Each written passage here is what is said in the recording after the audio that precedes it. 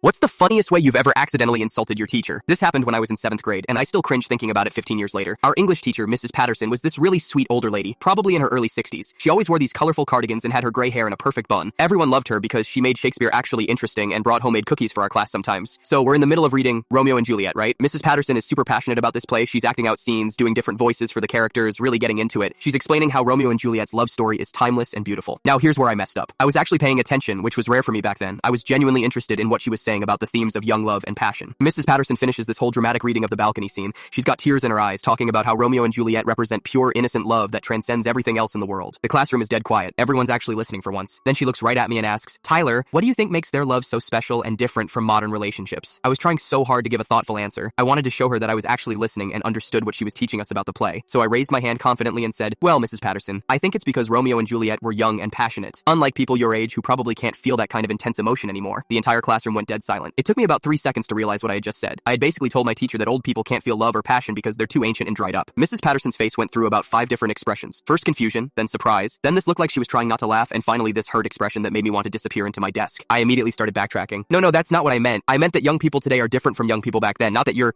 not old.